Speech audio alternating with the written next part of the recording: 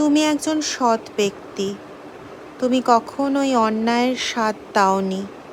তুমি তোমার জীবনে পার্সোনাল এবং প্রফেশনাল জায়গা সবসময় সঠিকভাবে বজায় রেখে চলেছ, কিন্তু তা সত্ত্বেও তোমার জীবনে অশুভ ছায়া ঘনিয়ে এসেছে এবং তুমি সেটার কারণ আদৌ বুঝতে পারছো না, আর তাতেই তুমি পাগলের মতন করছো।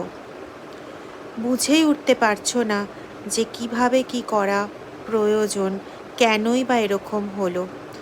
কিন্তু তোমার উদ্দেশ্য সৎ, তুমি একটা নির্দিষ্ট পথে এগিয়ে চলা মানুষ, তাই ঈশ্বর তোমার জন্য আবারও নতুন সুযোগ নিয়ে উপস্থিত হবেন খুব শীঘ্রই তোমার সামনে, যে সুযোগের সম্পূর্ণ সদ্ব্যবহার করে তুমি একটা ভালো জায়গায় পৌঁছতে পারবে। আবার পুনরায় ভয় পেয়ে যেও না, ভয় পেয়ে থেমে যেও না।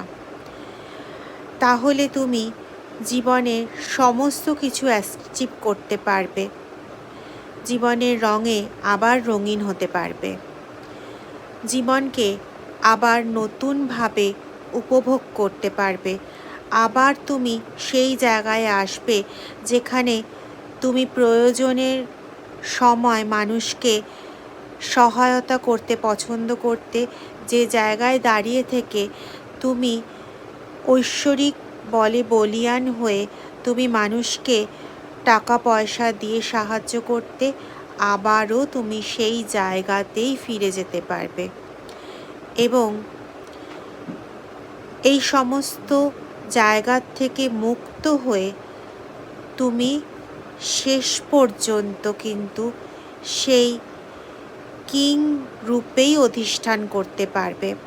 তোমার জীবনে এই গ্রহণের পরিস্থিতি খুব বেশি দিন আর স্থায়ী হবার নয়, খুব শীঘ্র শেষ হতে চলেছে।